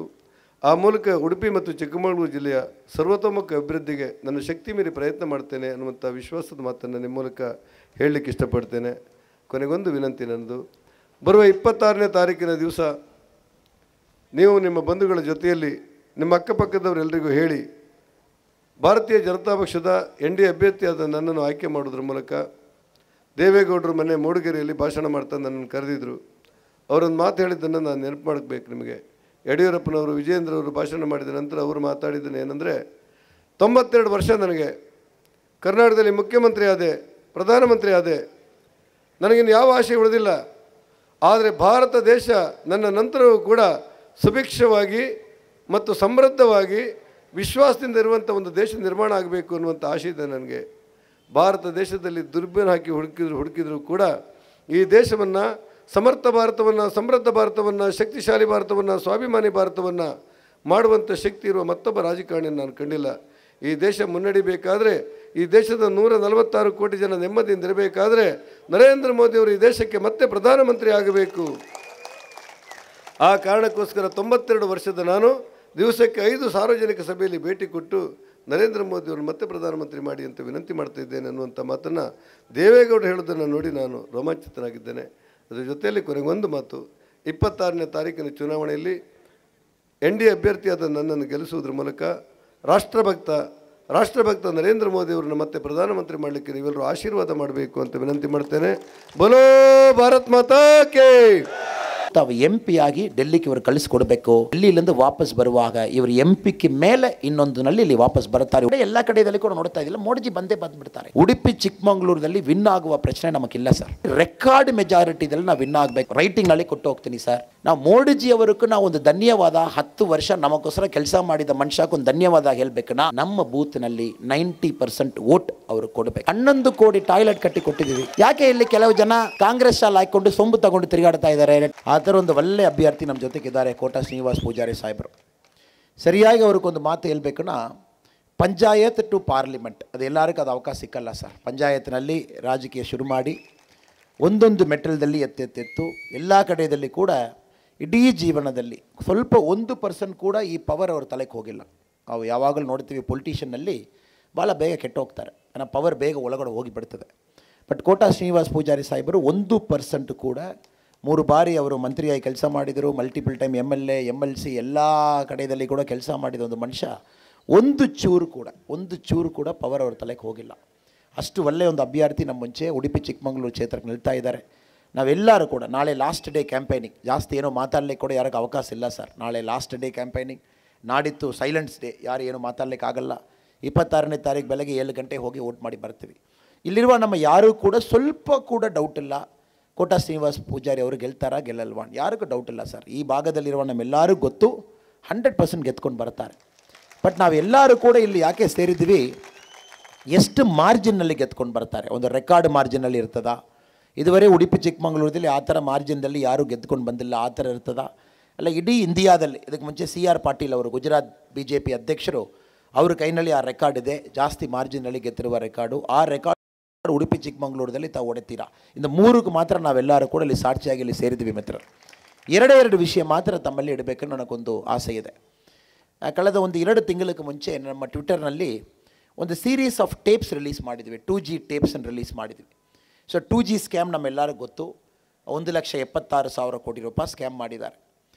ಆ ಟೈಮ್ನಲ್ಲಿ TR ಬಾಲ್ ಅವರು ತಮಿಳ್ನಾಡಿನಲ್ಲಿ ಸೆಂಟ್ರಲ್ ಮಿನಿಸ್ಟರ್ ಆಗಿ ಕೆಲಸ ಮಾಡಿದರು, ರಾಜಾ ಅವರು ಸೆಂಟ್ರಲ್ ಮಿನಿಸ್ಟರ್ ಆಗಿ ಟೆಲಿಕಾಂ ಮಿನಿಸ್ಟರ್ ಆಗಿ ಕೆಲಸ ಮಾಡಿದರು. ಇವರೊಳಗಡೆ ಮಾತಾಡಿದ ವಿಷಯ ಒಂದು ಟೇಪ್ ರೆಕಾರ್ಡು ಒಂದು 10 ಭಾಗವಾಗಿ ನಾನು ರಿಲೀಸ್ ಮಾಡಿದ್ದೀನಿ ಟ್ವಿಟರ್ನಲ್ಲಿ, ಸೋಷಿಯಲ್ ಮೀಡಿಯಾದಲ್ಲಿ. ಡೈಲಿ ಒಂದೊಂದು ಭಾಗ, ಎಲ್ಲ ಜನ ಅದು ಹೇಳಿಸ್ಕೊಳ್ಬೇಕು. ಅದು ಒಂದು ಮಾತ್ರ ತಮಗೆ ನಾನು ರೀಕಾಲ್ ಮಾಡ್ತೀನಿ. ಸೊ ಅದು 2G ಟೇಪ್ನಲ್ಲಿ ಏನು ಅವರು ಮಾತಾಡಿದರು, ಮನಮೋಹನ್ ಸಿಂಗ್ ಅವರು ಹೇಳ್ತಾರೆ ರಾಜಾ ಅವರಿಗೂ, ಏನಪ್ಪ ನೀವೊಂದು ಹೊಸ ಪಾಲಿಸಿ ತೊಗೊಂಡು ಬರ್ತಾ ಇದ್ದೀರಾ, first come first serve policy, ನಾನು ಒಪ್ಕೊಳ್ಳಲ್ಲ. ಒಂದು ಪ್ರಧಾನ ಮಂತ್ರಿ ಕ್ಯಾಬಿನೆಟ್ ಮಿನಿಸ್ಟ್ರಿಗೂ ಪತ್ರ ಬರೀತಾರೆ, ನೀವು ಮಾಡುವ ಈ ಪಾಲಿಸಿಗೆ ನನಗೆ ಒಪ್ಪಿಗೆ ಇಲ್ಲ. ರಾಜ್ಯ ಅವರು ವಾಪಸ್ ಲೆಟ್ರು ಪ್ರಧಾನಮಂತ್ರಿ ಮನಮೋಹನ್ ಸಿಂಗ್ ಅವ್ರಿಗೆ ಬರೀತಾರೆ, ನಿಮಗೆ ಒಪ್ಪಿಗೆ ಇಲ್ಲಣ್ಣ ಪರವಾಗಿಲ್ಲ, ನನ್ನ ಲೀಡ್ರಿಗೆ ಒಪ್ಪಿಗೆ ಇದೆ, ನಾನು ಅದು ಮಾಡಿಯೇ ಮಾಡ್ತೀನಿ, ಫಸ್ಟ್ ಕಮ್ ಫಸ್ಟ್ ಸರ್ವ್. ಲೀಡರ್ನ ಯಾರನ್ನ ಕಳಿಂಗರ್ ಕರುಣಾನಿಧಿ ಅವ್ರಿಗೆ ಒಪ್ಪಿಗೆ ಇದೆ, ನಾನು ಮಾಡಿಯೇ ಮಾಡ್ತೀನಿ. ಆಮೇಲೆ ಸ್ಕ್ಯಾಮ್ ಆಯಿತು, CBI ಆ್ಯಕ್ಷನ್ ಶುರು ಮಾಡಿದ್ದಾರೆ. ಸೊ ಈ ಟೇಪ್ನಲ್ಲಿ TR ಬಾಲು ಅವರು ಚೆನ್ನೈದಲ್ಲಿರುವ ಕಳಿಂಗರ್ ಕರುಣಾನಿಧಿ ನಮ್ಮ ಚೀಫ್ ಮಿನಿಸ್ಟ್ರು ಅವರು PAಗೆ ಮಾತಾಡ್ತಾರೆ. ನೀವೇನು ತಲೆ ಕೆಡಿಸ್ಕೊಳ್ಬೇಡ, ನಾನು CBIಗೆ ಹೇಳ್ತೀನಿ, ಯಾವಾಗ ಬರಬೇಕೇನು ಹೇಳ್ತೀನಿ, ಯಾವಾಗ ರೈಡ್ ಮಾಡಬೇಕೇನು ಹೇಳ್ತೀನಿ, ಯಾವ ಮನೆಯಲ್ಲಿ ರೈಡ್ ಮಾಡಬೇಕೇನು ಹೇಳ್ತೀನಿ, ಆ ಮನೆಯಲ್ಲಿ ಮಾತ್ರ ಕೆಲವು ಡಾಕ್ಯುಮೆಂಟ್ ನೀವು ಇಟ್ಬಿಡಿ, ನೇಮ್ ಸೇಕ್ ರೈಡ್ ಮಾಡೋಣ. ಇಲ್ಲಿ ಕರುಣಾನಿಧಿ ಅವರು PA ವಾಪಸ್ ಹೇಳ್ತಾರೆ, ಎಲ್ಲ ಪರವಾಗಿಲ್ಲ, ನಾಳೆ ಬಂದು ರೈಡ್ ಮಾಡಲಿ. ನಾಳೆ ಬಂದು ತಮಿಳ್ನಾಡಿನಲ್ಲಿ ಫಿಷರ್ಮ್ಯಾನ್ಲ ಹೋರಾಟ ಮಾಡ್ತಾ ಇದ್ದಾರೆ ಶ್ರೀಲಂಕನ್ ನೇವಿ ವಿರುದ್ಧ. ಆ ಟೈಮ್ನಲ್ಲಿ ನೀವು CBI ರೈಡ್ ಮಾಡುವಾಗ ನಾವು ಮೀಡಿಯಾಕ್ಕೆ ಬಂದು ಫಿಷರ್ಮ್ಯಾನ್ ಮಾತ್ರ ಹೈಲೈಟ್ ಮಾಡ್ತೀವಿ, CBI ರೈಡ್ ಹೈಲೈಟ್ ಮಾಡಲ್ಲ. ಸೊ ಈ ಟೇಪ್ನಲ್ಲಿ ನಾವು ಯಾಕೆ ಸ್ಟೋರಿ ಏನು, 2004 14ವರೆ ನಮ್ಮ ದೇಶ ಯಾವ ಥರ ಇತ್ತು. ನಾವೆಲ್ಲರೂ ವೋಟ್ ಮಾಡಿದ್ದೀವಿ, ವೋಟ್ ಕೌಂಟಿಂಗ್ ಆಯಿತು. ಅಣ್ಣ ಪ್ರಧಾನಮಂತ್ರಿ ಯಾರನ್ನು ಗೊತ್ತಿಲ್ಲ. 10 ದಿವಸ ಆಯಿತು, ನಾವೆಲ್ಲರೂ ಕೂಡ ಡೈಲಿ ಹೇಳಿದ್ದೀವಿ ಪ್ರಧಾನಮಂತ್ರಿ ಯಾರು ತೋರಿಸಿ. 10 ದಿವಸ ಆದಮೇಲೆ 10 ಜನ ಬಂದಿದ್ದರು, ಇವರೇ ಪ್ರಧಾನಮಂತ್ರಿನ ಹೇಳಿದರು. 90% ನಾವು ಫಸ್ಟ್ ನಾವು ಹೇಳಿದ ಮಾತೇನು, ಸರ್ ಇವರು ಯಾರನ್ನು ಗೊತ್ತಿಲ್ಲ, ಸ್ವಲ್ಪ ಯಾರನ್ನು ಹೇಳಿ. ಸೊ ಮನಮೋಹನ್ ಸಿಂಗ್ ಅವರು 90% ಇಂಡಿಯನ್ಸ್ಗೂ ಆ ಟೈಮಲ್ಲಿ 2004 ಯಾರಿಗೂ ಗೊತ್ತಿಲ್ಲ. ಸೊ ಒಂದು 10 ಜನ ಯಾರು ಡಿಸೈಡ್ ಮಾಡಿದರು, ಫಾರೂಕ್ ಅಬ್ದುಲ್ಲಾ, ಆ ಟೈಮ್ನಲ್ಲಿ ಮಮತಾ ಬ್ಯಾನರ್ಜಿ, ಆ ಟೈಮ್ನಲ್ಲಿ ಕಳಿಂಗರ್ ಕರುಣಾನಿಧಿ ಅವರು, ಆ ಟೈಮ್ನಲ್ಲಿ ಈ ಗ್ರೂಪ್ ಇಂಡಿ ಅಲಯನ್ಸ್ನ ಯಾರು ಇಟ್ಕೊಂಡು ಬಂದಿದ್ದಾರೆ, ಇದೇ ಗ್ರೂಪು ಆ ಟೈಮ್ನಲ್ಲಿ UPA, ಇದೇ ಕಮ್ಯುನಿಸ್ಟು, ಇದೇ DMK, ಇದೇ ಫಾರೂಕ್ ಅಬ್ದುಲ್ಲಾ, ಇದೇ ಶರದ್ ಪವಾರ್ ಅವರು, ಇದೇ ಸೋನಿಯಾ ಗಾಂಧಿ ಅವರು, ಇದೇ ಲಲ್ಲೂ ಪ್ರಸಾದ್ ಯಾದವ್ ಅವರು 10 ಜನ ಡಿಸೈಡ್ ಮಾಡಿ ಹೇಳಿದರು ಮನಮೋಹನ್ ಸಿಂಗ್ ಅವರು ನಮ್ಮ ಪ್ರಧಾನಮಂತ್ರಿ. ಒಂದು ಪ್ರಜಾಪ್ರಭುತ್ವದಲ್ಲಿ ಯಾವಾಗಲೂ ಪಾಲಿಟಿಕ್ಸ್ನಲ್ಲಿ ಅಕೌಂಟಬಿಲಿಟಿ ಇರಬೇಕು. ನಮ್ಮ ಸುನಿಲ್ ಕುಮಾರ್ ಸಾಹೇಬರು MLA ಇದ್ದಾರೆ, ನಾಳೆ ಹೆಚ್ಚು ಕಮ್ಮಿ ಇದೆ, ನಾವು ಅವ್ರಿಗೆ ಹೋಗಿ ಹೇಳ್ಬೋದು, ಮನೆಗೆ ಹೋಗಿ ಸರ್ ಯಾಕೆ ಇದು ಮಾಡಿಲ್ಲ, ಅಲ್ಲ ಯಾಕೆ ಮಾಡಿದ್ದೀರಾ, ಇಲ್ಲ ಬೇಗ ಮಾಡಿ, ಅಲ್ಲದಲ್ಲಿ ಅರಗಣೇಂದ್ರ ಸಾಹೇಬರಿದ್ದಾರೆ, ನಾವು ಹೇಳ್ಬೋದು. ಪ್ರಜಾಪ್ರಭುತ್ವದಲ್ಲಿ very important point is accountability. ಜನಕ್ಕೂ ಯಾರು ಲೀಡ್ರಿಗೆ ಯಾಕೆ ನಾನು ವೋಟ್ ಮಾಡಿದ್ದೀನಿ, ನಾಳೆ ನನಗೆ ಅವರು ಅಕೌಂಟಬಲ್. 10 ವರ್ಷ ನಮ್ಮ ದೇಶದಲ್ಲಿ 2004 14ವರೆ ಅಕೌಂಟಬಿಲಿಟಿ ಇಲ್ಲದೆ ಮನಮೋಹನ್ ಸಿಂಗ್ ಅವರು ಕೂರಿಸ್ಬಿಟ್ಟು ಅವ್ರು ಏನು ಮಾತಾಡಲ್ಲ ಅನ್ನೋ ಧೈರ್ಯದಲ್ಲಿ 12 ಲಕ್ಷ ಕೋಟಿ ರೂಪಾಯಿ ಕರಪ್ಷನ್ ಮಾಡಿದರು. 12 lakh crore. ಅದರಲ್ಲಿ DMK ಮಾತ್ರ 40% ಕರಪ್ಷನ್. ಆ 12 lakhನಲ್ಲಿ DMK ಮಾತ್ರ 40% ಮಾಡಿದರು. ಅದೇ ಪ್ಯಾರಲಲ್ 2024 ರಿಪೀಟ್ ಆಗ್ತಾ ಇದೆ. 2004 ಏನು ಮಾಡಿದರು, ಇವತ್ತು ಒಂದು ಫೇಸ್ ಎಲೆಕ್ಷನ್ ಆಯಿತು, ನಾಳೆ ಸೆಕೆಂಡ್ನೇ ಫೇಸ್ ಪ್ರಚಾರ ಕ್ಲೋಸ್ ಆಗ್ತಾ ಇದೆ. ಇದುವರೆ ಇಂಡಿ ಅಲಯನ್ಸ್ನಲ್ಲಿ ಪ್ರಧಾನಮಂತ್ರಿ ಕ್ಯಾಂಡಿಡೇಟ್ ಯಾರು ಗೊತ್ತಿಲ್ಲ. ಕೇರಳದಲ್ಲಿ 2 ದಿವಸ ನಾನು ಪ್ರಚಾರಕ್ಕೆ ಹೋಗಿದ್ದೀನಿ. ಅಲ್ಲಿ ಪಿಣರಾಯಿ ವಿಜಯನ್ ಅವರು ಕೇರಳ CM ಪ್ರೆಸ್ ಮೀಟ್ನಲ್ಲಿ ಹೇಳ್ತಾರೆ, ರಾಹುಲ್ ಗಾಂಧಿ ಅವರು ನ್ಯಾಷನಲ್ ಹೆರಾಲ್ಡ್ ಸ್ಕ್ಯಾಮ್ ಕೇಸ್ನಲ್ಲಿ ಅರೆಸ್ಟ್ ಮಾಡಬೇಕು. ರಾಹುಲ್ ಗಾಂಧಿ ಅವರು ಹೇಳ್ತಾರೆ ವಿಜಯನ್ ಅವ್ರ ಬಗ್ಗೆ, ಇಂಡಿಯಾದಲ್ಲಿ 2 ಮುಖ್ಯಮಂತ್ರಿ ಅರೆಸ್ಟ್ ಆಗಿದ್ದಾರೆ, ವಿಜಯನ್ ಅವರು ಯಾಕೆ ಅರೆಸ್ಟ್ ಮಾಡಿಲ್ಲ, ವಿಜಯನ್ ಅವರು ಅರೆಸ್ಟ್ ಮಾಡಬೇಕು. ಇದು ಕೇರಳದಲ್ಲಿ ಪ್ರಚಾರ ಈ ಥರ ಆಗ್ತಾ ಇದೆ. ತೆಲಂಗಾಣ CM ರೇವಂತ್ ರೆಡ್ಡಿ ಅವರು ಹೇಳ್ತಾ ಇದ್ದಾರೆ, ಸನಾತನ ಧರ್ಮ ವಿರುದ್ಧ ಉದಯನಿಧಿ ಸ್ಟಾಲಿನ್ ತಪ್ಪಾಗಿ ಮಾತಾಡಿದ್ದಾರೆ, ಉದಯನಿಧಿ ಸ್ಟಾಲಿನ್ ಅರೆಸ್ಟ್ ಮಾಡಿ.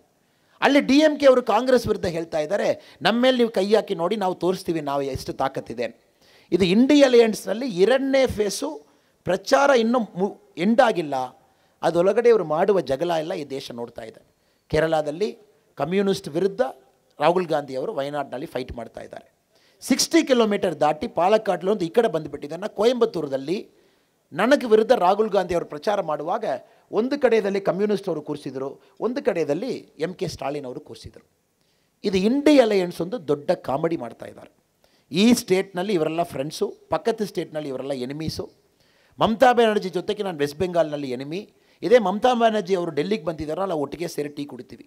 ಸೊ ನಾವು ಅರ್ಥ ಮಾಡಿಕೊಳ್ಬೇಕು ನಮ್ಮ ದೇಶ ಎಲ್ಲಿ ಹೋಗ್ತಾ ಇದೆ.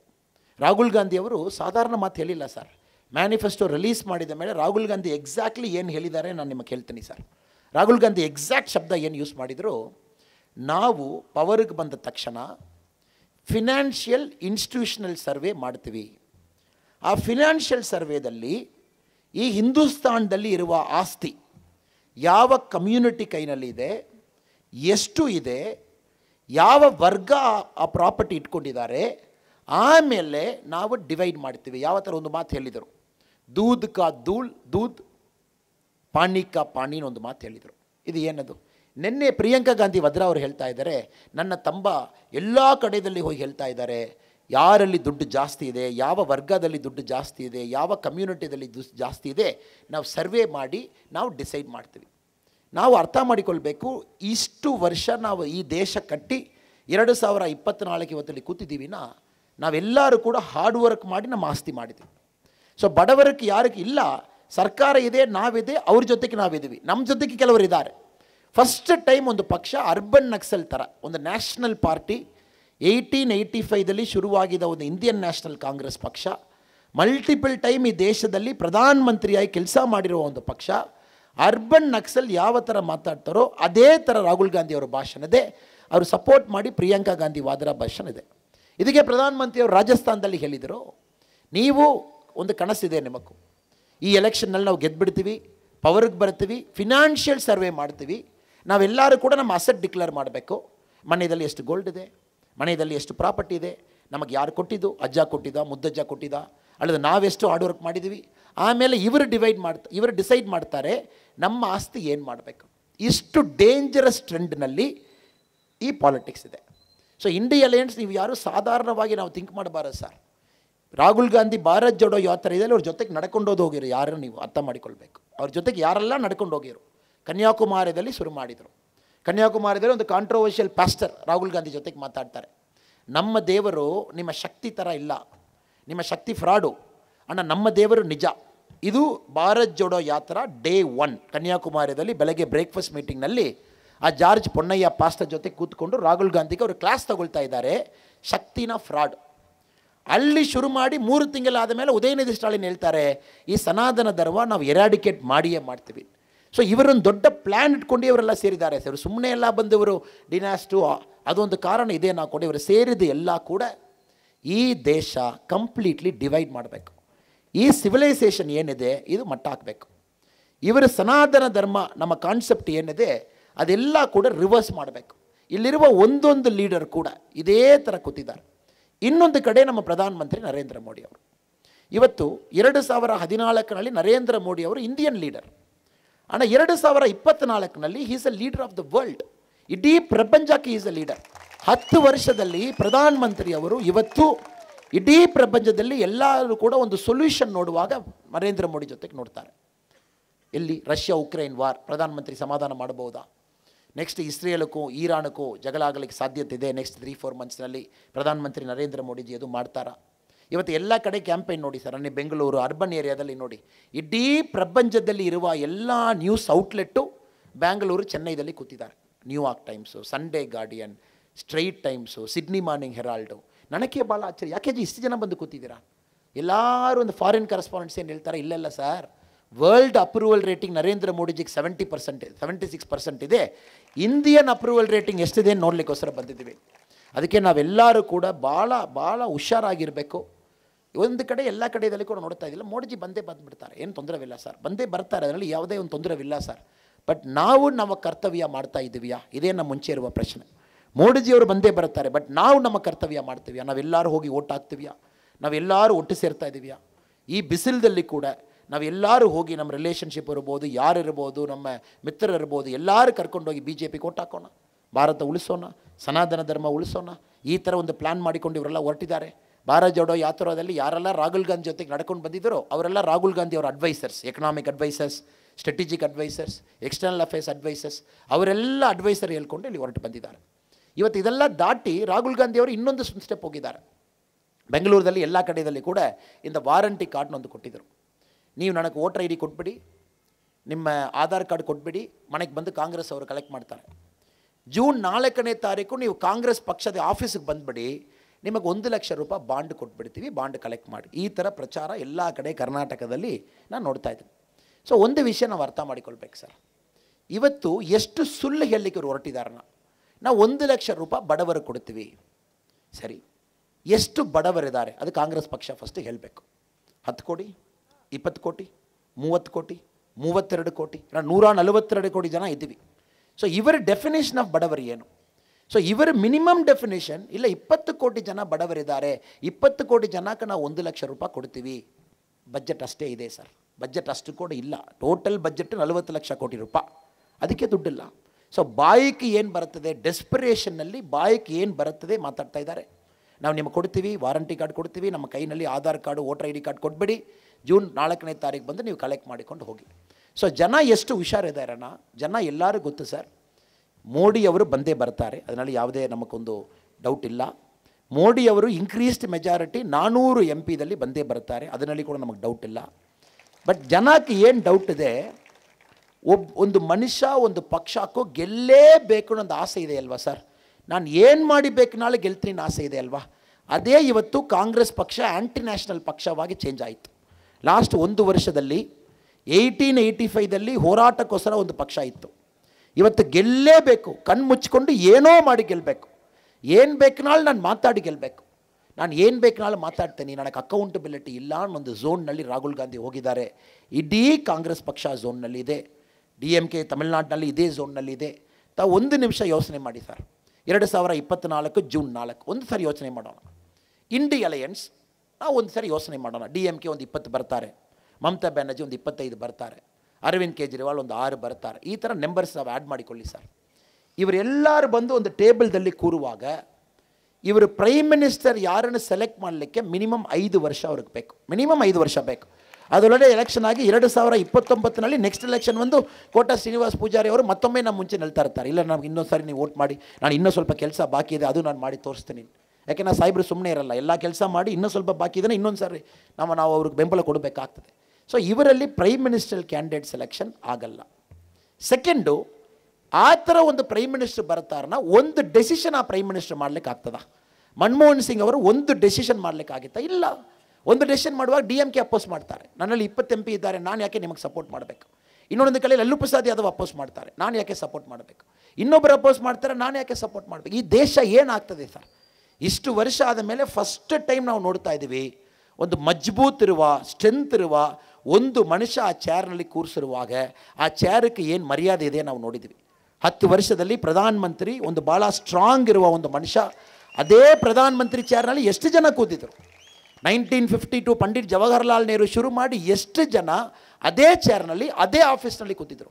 First time the power of Indian prime minister ತೋರಿಸಿಕೊಟ್ಟಿರುವ ನಮ್ಮ ಪ್ರಧಾನಮಂತ್ರಿ ನರೇಂದ್ರ ಮೋದಿ. ಕಾರಣ ನಾವು ತಾಕತ್ತು ಕೊಟ್ಟಿದ್ವಿ. 283 2014ನಲ್ಲಿ, 2019ನಲ್ಲಿ 303 ಅಷ್ಟು ಸ್ಟ್ರೆಂತ್ ಇರುವಾಗ ಪ್ರಧಾನಮಂತ್ರಿ ಅವರು ಎಲ್ಲ ಟಫ್ ಡೆಸಿಷನು ಮಾಡಿಕೊಂಡು ಹೋಗಿದ್ರು. ಅದಕ್ಕೆ ಮಿತ್ರರೇ, ನಾವೆಲ್ಲರೂ ಕೂಡ ಭಾಳ ಕ್ಲಿಯರ್ ಆಗಿದ್ದೀವಿ, ಇರಬೇಕು. ನಮ್ಮ ಮಿತ್ರರು ಕೂಡ ನಾಳೆ ನಮಗೆ ಟೈಮ್ ಇದೆ, ನಾಡಿದ್ದು ಟೈಮ್ ಇದೆ, ಎಲ್ಲರೂ ಕೇಳಬೇಕು. ಉಡುಪಿ ಚಿಕ್ಕಮಗಳೂರಲ್ಲಿ ವಿನ್ ಆಗುವ ಪ್ರಶ್ನೆ ನಮಗಿಲ್ಲ ಸರ್. ಉಡುಪಿ ಚಿಕ್ಕಮಗಳೂರಲ್ಲಿ ರೆಕಾರ್ಡ್ ಮೆಜಾರಿಟಿದಲ್ಲಿ ನಾವು ವಿನ್ ಆಗಬೇಕು, ಆ ಪ್ರಶ್ನೆ ನಮಗಿದೆ. ಎಲ್ಲರಲ್ಲಿ ಕೂಡ ಮಾತಾಡಿ ಈ ಥರ ಒಂದು ಒಳ್ಳೆಯ ಅಭ್ಯರ್ಥಿ ನಮಗೆ ಸಿಕ್ಕಿದ್ದಾರೆ. Very very simple human being, humble human being. ಒಂದು ಪೊಲಿಟಿಕಲ್ ಲೀಡರ್ ಯಾವ ಥರ ಇರಬೇಕೋ ಆ ಥರ ಒಂದು ರೋಲ್ ಮಾಡಲ್ ಆಗಿ ಕೋಟಾ ಶ್ರೀನಿವಾಸ್ ಪೂಜಾರಿ ಸಾಹೇಬರು. ಅಡ್ಮಿನಿಸ್ಟ್ರೇಟಿವ್ ಎಕ್ಸ್ಪೀರಿಯನ್ಸ್ ಇದೆ. ನಾನು ಇವತ್ತೊಂದು ಪ್ರೆಡಿಕ್ಷನು ಮಾಡ್ತೀನಿ ಸರ್, ಈ ಥರ ಎಕ್ಸ್ಪೀರಿಯನ್ಸ್ ಇರುವ ಮನುಷ್ಯ ಮೋದಿಜಿ ಸುಮ್ಮನೆ MP ಆಗಿ ಮಾತ್ರ ಇಟ್ಕೊಳ್ಳಲ್ಲ. ಆಮೇಲೆ ನಾನು ಜಾಸ್ತಿ ಮಾತಾಡ್ಲಿಕ್ಕೆ ಹೋಗಲ್ಲ ಈ ಪಾಯಿಂಟ್ನಲ್ಲಿ. ಈ ಥರ ಒಂದು ಎಕ್ಸ್ಪೀರಿಯನ್ಸ್ ಇರುವ ಒಂದು ಮನುಷ್ಯ, 3 ಬಾರಿ ಮಿನಿಸ್ಟ್ರು, ಇಷ್ಟು ಪಂಚಾಯತ್ಲಂದು ಬಂದಿದ್ದರು, ಗ್ರಾಸ್ ರೂಟ್ಸ್ ಗೊತ್ತು, ಅವ್ರಿಗೆಲ್ಲ ಗೊತ್ತು, ಸಿಂಪಲ್ ಆಗಿದ್ದಾರೆ, ಜನಪ್ರಿಯ ಅನ್ನೋ ಒಂದು ನಾಯಕರು. ನಾನು ನಿಮ್ಮತ್ತೆ ರೈಟಿಂಗ್ನಲ್ಲಿ ಕೊಟ್ಟು ಹೋಗ್ತೀನಿ ಸರ್. ಜೂನ್ 4ನೇ ತಾರೀಕು ತಾವು MP ಆಗಿ ಡೆಲ್ಲಿಗೆ ಇವರು ಕಳಿಸ್ಕೊಡ್ಬೇಕು ಅಣ್ಣ. ಡೆಲ್ಲಿಯಿಂದ ವಾಪಸ್ ಬರುವಾಗ ಇವರು MP ಮೇಲೆ ಇನ್ನೊಂದು ಇಲ್ಲಿ ವಾಪಸ್ ಬರುತ್ತಾರೆ ಉಡುಪಿ ಚಿಕ್ಕಮಗಳೂರು. ಅದು ಇಡೀ ಉಡುಪಿ ಚಿಕ್ಕಮಗಳೂರು ಕ್ಷೇತ್ರ ನೆಕ್ಸ್ಟ್ ಕಡೆ ಹೋಗ್ಲಿಕ್ಕೆ 100%. ಇದು common sense sir, common sense. ಈ ಥರ ಒಂದು ಮನುಷ್ಯ 543 MP ಎಷ್ಟು ಜನಕ್ಕೆ ಈ ಥರ ಕ್ವಾಲಿಟಿ ಆ್ಯಂಡ್ ಕ್ವಾಲಿಫಿಕೇಷನ್ ಇರ್ತದೆ. ಅದಕ್ಕೆ ತಮ್ಮೆಲ್ಲರಲ್ಲಿ ಕೂಡ ಮತ್ತೊಮ್ಮೆ ವಿನಂತಿ ಮಾಡ್ತೀನಿ, ನಾವು ಭಾಳ ಮಜಬೂತಿನಲ್ಲಿ ತಾಕತ್ತಿನಲ್ಲಿ ಏಪ್ರಿಲ್ 26ನೇ ತಾರೀಕು ಫಸ್ಟ್ ಬಟನ್ಗೆ ನಾವು ವೋಟ್ ಮಾಡಬೇಕು. ವೋಟ್ ಮಾಡಿದ ಮೇಲೆ ನನ್ನ ಕೆಲಸ ಆಯಿತು, ನಾನು ಬಂದಿದ್ದೀನಿ, ನನ್ನ ಕರ್ತವ್ಯ ಮಾಡಿದ್ದೀನಿ, ಮನೆಗೆ ಹೋಗ್ತೀನಿ, ಆ ಥರ ಇರಬಾರದು ಸರ್. ವೋಟ್ ಮಾಡಿದ ಮೇಲೆ 200 ಮೀಟರ್ ದಾಟಿ ಇರುವ ನಮ್ಮ ಬೂತ್ನಲ್ಲಿ ನಮ್ಮ ಟೇಬಲ್ದಲ್ಲಿ ಹೋಗಿ ನಾವು ಕೂರಬೇಕು. ಸಾಯಂಕಾಲ 6 ಗಂಟೆವರೆಗೆ ನಾವು ವೋಟ್ ಮಾಡಿಬಿಟ್ಟು ಒಬ್ಬೊಬ್ಬರಲ್ಲಿ ಕೂರಬೇಕು. 7 ಗಂಟೆಗೆ ಒಬ್ಬರ ಇರ್ಬೋದು, 7ವರೆಗೆ 50 ಇರ್ಬೋದು, 8ವರೆಗೆ 100 ಇರ್ಬೋದು. ಮಧ್ಯಾಹ್ನ 12 ಗಂಟೆ ಆಗುವಾಗ ಅದು 250 ಜನ ಆ ಟೇಬಲ್ ಪಕ್ಕದಲ್ಲಿ ಕೂತಿರಬೇಕು. ಕಾರಣ ಮೋಡಿಜಿಗೆ ನಾವು ತೋರಿಸುವ ವಿಶ್ವಾಸ. ನಾನು ವೋಟ್ ಮಾತ್ರ ಮಾಡಿಲ್ಲ ಮೋಡಿಜಿ, ವೋಟ್ ಮಾಡಿಬಿಟ್ಟು ಅಲ್ಲಿಯೇ ಕೂತು ಯಾರೆಲ್ಲ ಬರ್ತಾರೋ ಅವರೆಲ್ಲರೂ ಕೂಡ ನಾವು ಒಂದು ತಾಕತ್ತು ಬೆಂಬಲ ಕೊಟ್ಟಿದ್ದೀವಿ. ಸೊ ನಮ್ಮ ಬೂತ್ನಲ್ಲಿ 90% ವೋಟ್ ಮೋಡಿಜಿ ಕೊಟ್ಟಿದ್ದೀವಿ. ಇದು ಒಂದು ಮಾತ್ರ ಮೋಡಿಜಿ ಅವ್ರಿಗೆ ನಾವು ಹೇಳುವ ಧನ್ಯವಾದ. ಅದು ಬಿಟ್ಟು ಮೋಡಿಜಿಗೆ ನಾವೇನು ಧನ್ಯವಾದ ಹೇಳಲಿಕ್ಕೆ ಆಗಲ್ಲ ಸರ್. ನಾವು ಗಿಫ್ಟ್ ಮಾಡಿ ಕಳಿಸ್ಲಿಕ್ಕೆ ಆಗಲ್ಲ. ಇಲ್ಲ ಮೋಡಿಜಿ ಭಾಳ ಸೂಪರ್, ಒಂದು ಗಿಫ್ಟ್ ಮಾಡಿ ನಮ್ಮ ಊರಿನಲ್ಲಿ ಕಳಿಸೋಣ ಪಾರ್ಸಲ್, ಮೋಡಿಜಿ ಒಪ್ಕೊಳ್ಳಲ್ಲ.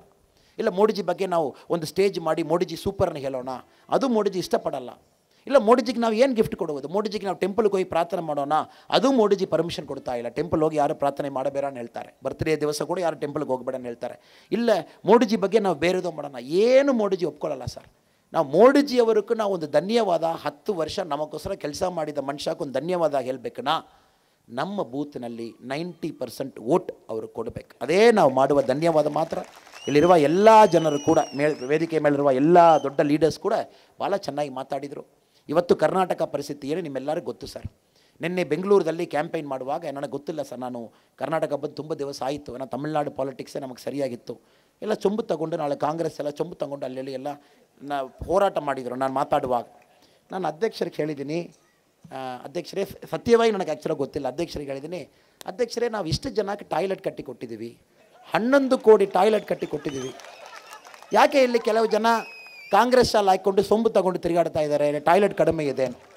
ಸೊ ಇವತ್ತು ಕಾಂಗ್ರೆಸ್ ಪಕ್ಷದಲ್ಲಿ ನರೇಟಿವ್ ಅಷ್ಟು ಬ್ಯಾಡ್ ಇದೆ. ಕಾಂಗ್ರೆಸ್ ಪಕ್ಷ ನರೇಟಿವ್ ಎಷ್ಟು ಬ್ಯಾಡ್ ಇದೆನಾ ನಮ್ಮ ಜೊತೆಗೆ ಅವರು ನರೇಟಿವ್ನಲ್ಲಿ ಕಂಪೀಟ್ ಮಾಡಬೇಕು. ನಾವು ದೇಶ 25 ವರ್ಷದಲ್ಲಿ ಮೋಡಿಜಿಗೆ ಹೇಳ್ತಾರೆ 25 ವರ್ಷದಲ್ಲಿ ನಂಬರ್ 1 ಆಗ್ತೀವಿ, ರಾಹುಲ್ ಗಾಂಧಿಯಲ್ಲಿ 15 ವರ್ಷದಲ್ಲಿ ನಂಬರ್ 1 ಆಗ್ತೀವಿ. ಅದು ಮಾತು, ಅದು ಫೈಟು. ಅದು ಬಿಟ್ಬಿಟ್ಟು ಚೊಂಬು ತೊಗೊಂಡು ಬರ್ತೀನಿ, ಇದು ತೊಗೊಂಡು ಬರ್ತೀನಿ, ಅದು ತೊಗೊಂಡು ಬರ್ತೀನಿ, ಇದೆಲ್ಲ ಯಾವ ಜನ ಒಪ್ಕೊಳ್ಳಲ್ಲ. ಇದೆಲ್ಲ ಕೂಡ ಕರ್ನಾಟಕ ಜನ ಏಪ್ರಿಲ್ 26 ಇರ್ಬೋದು, ಮೇ 7ನೇ ತಾರೀಕು ಇರ್ಬೋದು, 2 ಫೇಸ್ನಲ್ಲಿ ದೊಡ್ಡ ಉತ್ತರವು ಕೊಡ್ತಾರೆ. ಕಾರಣ ನಾನು ಎಲ್ಲ ಕಡೆ ಹೋಗಿದ್ದೀನಿ ಸರ್, ಇಡೀ ಇಂಡಿಯಾ ಟ್ರಾವೆಲ್ ಮಾಡಿದ್ದೀನಿ ಒಂದು BJP ಕಾರ್ಯಕರ್ತನಾಗಿ.